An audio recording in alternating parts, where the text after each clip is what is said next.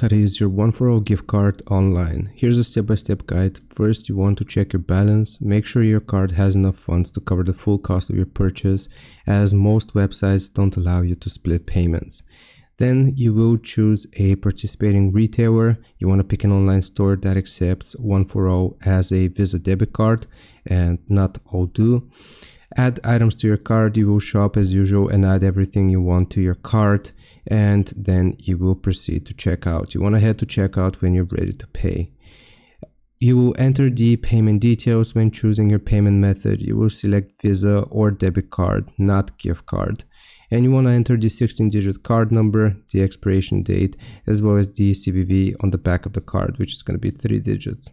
Use your own billing info. You will type in your own name and address as the billing information, not what's on the card, since it's not registered to anyone. And you can complete your purchase, double check your order, and confirm. You should get a receipt or email confirmation right away. I hope this helps. Leave a like and sub, and I'll see you next time.